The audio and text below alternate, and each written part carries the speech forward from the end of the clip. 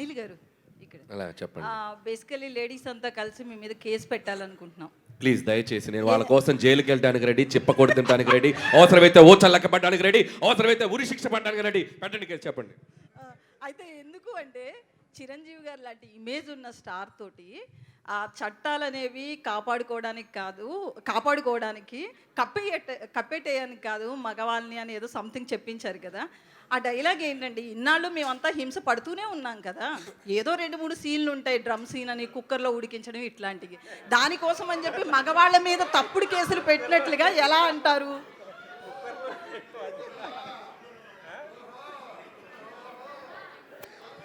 ఎంత సింపుల్ గా చెప్పిందో తెలుసు లక్ష్మి. ఆయన లేచి వెళ్ళిపోయాడు.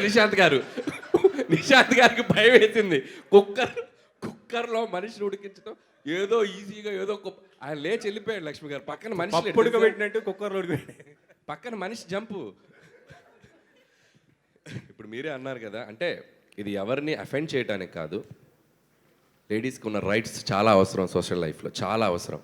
మనం చెప్పింది ఏంటంటే దాన్ని అక్కడక్కడ మీరు అన్నట్టే అక్కడక్కడ మిస్యూజ్ అవుతున్న వాటిని అడ్రస్ చేసాం. అది చిరంజీవి గారు లాంటి స్టార్ చేతు చాలా క్యూట్గా, నాకు తెలుసు మీ మనోభావాలు ఎలా దెబ్బతింటే ఎంత దారుణంగా ఉంటుందో పరిస్థితి, అందుకే నేను చాలా చెప్పకుండా అలా క్యూట్గా చెప్పించాను. చాలామంది లేడీసే చప్పట్లు కొడుతున్నారు థియేటర్స్లో. దానికి థ్యాంక్స్, మీరు అడ్రస్ చేసినందుకు. అది చాలా థ్యాంక్స్ మీరు అడ్రస్ చేసినందుకు. సుష్మిత గారు, ఫస్ట్ మీరు మూవీకి సంబంధించి కంటెంట్, ప్రమోషనల్ కంటెంట్ రిలీజ్ చేసినప్పుడు మీ డాడీ మిమ్మల్ని అడిగారు కదా పేరు నిలబెట్టాలి అని చెప్పి. మూవీ చూసిన తర్వాత ఆడియన్స్ నుంచి వచ్చిన రెస్పాన్స్ తర్వాత చిరంజీవి గారు మీతో ఏమన్నారు? ఇదే అన్నానండి ఇందాక అన్నట్టు. సో డెఫినెట్గా పేరు నిలబెట్టేవని అనుకుంటున్నాను, బయట నుంచి ఎలా వినపడుతుంది అని అన్నారు. సో బయట నుంచి కూడా ఐఎమ్ రియలీ హోపింగ్ దట్ అదే రెస్పాన్స్ వస్తుంది అనుకుంటున్నాను. But he's very happy. నిలబెట్టావు అట్లీస్ట్. ఆయన ఏమంటారంటే పని చేసినప్పుడు, సినిమా చేసినప్పుడు అండ్ ప్రాసెస్లో బిజినెస్ చేసినప్పుడు ఏదైతే డెడికేషన్తో చేస్తున్నావో అది ఫుల్ ఫ్లెజ్డ్గా చేయాలి. ఆ తర్వాత ఇంకా ఆడియన్స్కి వదిలేసి it is up to audience how they receive it. But the way you worked, ఆ మెథడ్ చూసి నువ్వు నిలబెట్టుకున్నావు ఆ పేరు అని అన్నారు. సో అనిల్ గారు ఇక్కడ సార్, ఇటు నిన్న రామ్ చరణ్ గారికి సినిమా చూపించారు కదా, ఏమన్నారు సార్? ఎలా ఫీల్ అయ్యారు, ఏంటి అసలుకి? సో రామ్ చరణ్ గారిని నేను చాలా ఎగ్జైటెడ్గా ఫీల్ అయ్యారు ఆయన. సో ఆయన సినిమా అంతా చిరంజీవి గారిని అలా చూస్తూ ఎగ్జైట్ అవుతూ చప్పట్లు కొడుతూ నవ్వుతూ ఎంజాయ్ చేశాను అని అన్నారు. అండ్ చాలా హ్యాపీ ఫీల్ అయ్యారు, చాలా హ్యాపీ ఫీల్ అయ్యారు. అండ్ ఆయన హ్యాపీనెస్ ఎంత ఉందంటే నన్ను గట్టిగా ఒక హగ్ ఇచ్చారు కదా, దాంట్లో తెలిసిపోయింది. నెక్స్ట్ ప్లాన్ రామ్ చరణ్ గారా, మరి మళ్ళీ మెగా కాంపౌండ్లు ఎవరితో చేయబోతున్నారు అసలుకి? ఎనీ టైం వాళ్ళకి అవకాశం ఉందంటే మనం ఎగిరి గంతేసి చేస్తాం, చూద్దాం. ఇప్పుడు ప్రొడ్యూసర్ గారు అయితే ఆల్రెడీ రెడీగా ఉన్నారు అక్కడ. అనిల్ గారు, జీవి గారు, ఇప్పుడు ఈ చిరంజీవి గారి ప్రసాద్ క్యారెక్టర్, చంటబ్బాయి క్యారెక్టర్ని యాజ్ ఇట్ ఈస్గా for modern generation with contemporary ఎంటర్టైన్మెంట్తో చేశారు. అది రెండోసారి చూస్తే కానీ అర్థం కాలేదా? కరెక్ట్, మీ రైటింగ్ కరెక్ట్, 200% రైట్ అండి.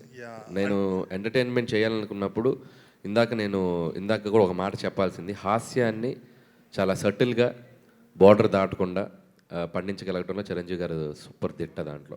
సో ఎందుకంటే కామెడీ కొద్దిగా లౌడ్ అయినా ఇదైనా కూడా అది మనకు ఎక్కువ అనిపిస్తుంది. సో ఆయన ఏంటంటే ఆయన చేసేటప్పుడు అసలు ఆ లౌడ్నెస్ ఉండదు, చాలా సటిల్గా చేస్తారు, రియాక్షన్స్ క్యూట్గా ఇస్తారు, ఆ బాడీ లాంగ్వేజ్తో కూడా వెరైటీగా చేస్తారు. సో ఆయన చేసిన అన్ని సినిమాల్లో చంటాబ్బాయి ఈజ్ ఏ క్లాసిక్, నాకైతే క్లాసిక్. సో అలాంటి సినిమా నాకు చాలా ఇన్ఫ్లుయెన్స్ చేసింది. సో ఫన్ చేసేటప్పుడు దానిలోనూ ఒక టించ్ తీసుకున్నాను. సో చిన్న టించ్ తీసుకొని మోడర్నైజ్ చేశాను. సాహు గారు బాలకృష్ణ గారితో చేశారు, ఇప్పుడు చిరంజీవి గారు వెంకటేష్ గారితో చేశారు.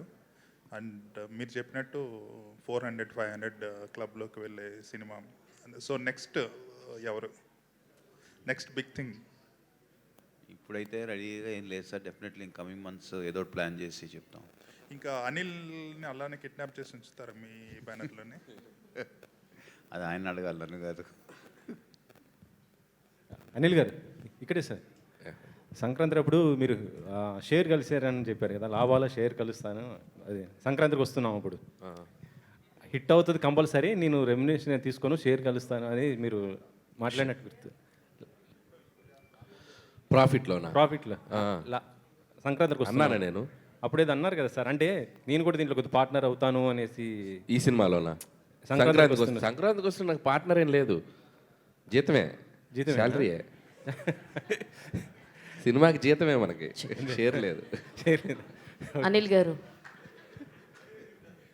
ఇక్కడ ఇక్కడ yeah sir, first of all thank you so much for giving such a mega block buster. Thank you madam. అయితే ఒక డైలాగ్ ఉంది సార్, ట్రైలర్లో కూడా ఉంది అండ్ సినిమాలో కూడా ఉంది. ఏదేమైనా మన మామగారులు టార్చర్ పెడితే ఆ కిక్కే వేరబ్బా అనే డైలాగు ఎక్కడో అక్కడెక్కడో పర్సనల్గా ఏమన్నా వచ్చిందా అని ఒక అనిపించింది. కాదు, సినిమా రిలీజ్ అయ్యి ఇది 2వ రోజు కదా, చిన్న చిన్న సైడ్ ఎఫెక్ట్స్ ఉన్నాయి.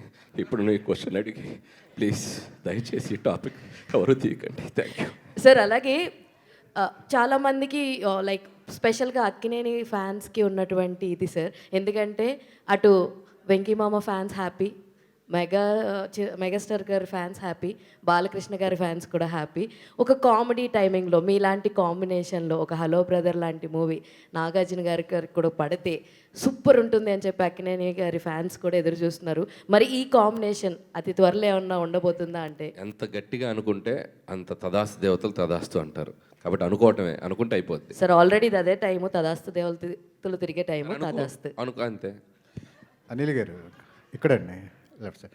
ఈ సినిమా కొన్ని సీన్స్, మేజర్ సీన్స్ కట్ చేశారు అని చెప్పి చిరంజీవి గారు చెప్పారు కదండి, వాటిని యాడ్ చేసే ఆలోచన ఏమైనా ఉందా? ఇప్పుడు సినిమా హిట్ అయింది, అవి చాలా ఎంటర్టైనింగ్ సీన్స్ అంటున్నారు, లెంత్ ప్రకారం మీరు చేశారా ఎట్లాగా? లేదు, ఫస్ట్ హాఫ్లో మీరు ఇప్పుడు నేను అందరూ చూసి ఫస్ట్ హాఫ్ చాలా ఎక్స్ట్రాడినరీగా కనెక్ట్ ఫీల్ అయ్యారు కదా, దాంట్లో ఒక వీటీ గణేషన్ గారి ట్రాక్ ఉండింది. సో మేము ఏంటంటే మెయిన్ స్ట్రీమ్కి పక్కకి వెళ్ళొద్దు, అంటే మనకి హైవేలో వెళ్తున్నప్పుడు సడన్గా ఒక సర్వీస్ రోడ్లోకి దిగటం ఎందుకులే అని, సో హైవేలో అలా స్మూత్ రైడ్ ఉండాలని చెప్పి తీసేసాం. ఇప్పుడు కలిపే ఆలోచన లేదండి. కావాలంటే మేము ఇంటర్నెట్ సోషల్ మీడియాకి దాంట్లో వీటీ గణేషన్ గారిని చిరంజీవి గారు ఇమిటేట్ చేశారు. ఏంట్రా నువ్వు అని మాట్లాడతారు కదా, సో ఆయన్ని చిరంజీవి గారు ఇమిటేట్ చేశారు, అద్భుతంగా చేశారు. అది చాలా బాగా వచ్చిన సీను, మేము సాక్రిఫైస్ చేసాం. సో చిరంజీవి గారు ఎలా ఇమిటేట్ చేశారనే దానికోసమైనా దాన్ని మేము సోషల్ మీడియాలో కుదులుతాం, ఒక 2-3 సీన్లు షార్ట్స్ లాగా. ఎస్, వెంకీ గౌడ అనే క్యారెక్టర్ చాలా ఎక్స్ట్రాడినరీగా డిజైన్ చేశారు. దాని మీద సినిమా తీసే ఆలోచన ఉందా వెంకటేష్ గారితో? ఆ క్యారెక్టర్ని తీసుకుని చేయొచ్చండి ఎప్పుడన్నా ఫ్యూచర్లో, అంటే వ్యాకీగా ఉంటుంది క్యారెక్టరైజేషన్, చాలా క్రేజీగా స్టైలిష్గా మాట్లాడుతూ ఎనర్జెటిక్గా హైపర్గా ఉంటుంది. సో ఖచ్చితంగా ఫ్యూచర్లో ఏదైనా అవకాశం ఉంటే ఒక యూనివర్స్ లాగా చేస్తే బాగుంటుంది. అందులో చిరంజీవి గారు గెస్ట్ రోల్ వస్తే ఇంకా బాగుంటుంది, చాలా బాగుంటుంది. అనిల్ గారు, ప్రతి సంక్రాంతికి అంటే కొన్ని తెలుగు వాళ్ళకి ఒక రిచువల్స్ ఉంటాయి కదా, పిండి వంటలు, అలాగే కొత్త బట్టలు, అలాగే మీ సినిమా ఒకటి అయిపోయింది, 2 సంక్రాంతులకి వరుస వచ్చారు. మరి నెక్స్ట్ సంక్రాంతికి వస్తారా, కొంచెం ఏమైనా లేట్ చేస్తారా? అంటే ఇంత బాగా నన్ను వాళ్ళు చూసుకుంటుంటే మళ్ళీ మళ్ళీ రావాలనిపిస్తుంది కదా. సో సీక్వెల్ ఉంది కదా, సంక్రాంతికి మళ్ళీ వస్తున్నాం అని అదే అంటారు నెక్స్ట్? అంటే అది it's too early to tell. అసలు ఇది అయిపోయాక 3 వీక్స్ జర్నీ అయిపోయాక అప్పుడు కూర్చొని అసలు ఏం చేయాలి ఎట్లా అనేది ఆలోచిస్తాను. ఈరోజు వెంకటేష్ గారిని కలిసినట్టున్నారు కదా, సో ఆయన రియాక్షన్ ఏంటండి? వెంకటేష్ గారు వెల్ పాజిటివ్ పర్సన్. సో అసలు ఆయన అంత కూల్గా ఎవరు ఉండరు. సో ఏ సక్సెస్ని ఆయన బాగా ఎంజాయ్ చేస్తారు. సో ఈ సినిమాలో ఆయన ఒక పార్ట్ అయినందుకు మా వెనకుండా ఆయన మాకు చిన్న ఒక జోష్ క్రియేట్ చేశారు సెకండ్ హాఫ్లో వచ్చి, and is feeling very happy. And నిజంగా చిరంజీవి గారికి ఆయన ఒక పునర్వైభవాన్ని, ఒక మెగాస్టార్ చిరంజీవి గారు అంటే మార్కెట్ ఎలా ఉంటుంది, ఒక చిరంజీవి గారి సినిమా కనుక కరెక్ట్ కంటెంట్తో పడితే థియేటర్స్కి వచ్చే షేర్స్ ఎలా ఉంటాయి, బాక్స్ ఆఫీస్ ఎలా ఉంటుంది అనేది సో ఈరోజు మనం అందరం చూస్తున్నాం. సో నాకంటే చిరంజీవి గారి కంటే బాగా హ్యాపీ ఫీల్ అవుతున్న వ్యక్తి వెంకటేష్ గారు. సో చిరంజీవి గారి ఈరోజు క్రియేట్ చేసిన రికార్డ్స్ అన్నిటికి కూడా ఆయన మేము అందరం చాలా హ్యాపీ ఫీల్ అవుతున్నాం.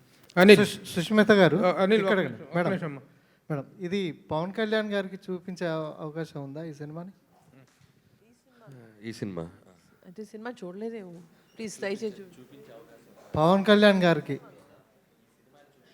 ఈ సినిమా ఆయనకి ఎస్ అండి, వెయిటింగ్ ఫర్ హిస్ టైమ్. ఆయన టైం ఎప్పుడు ఇస్తారో అని అడుగుతున్నాము. టైం ఇవ్వగానే we are waiting to show him this film.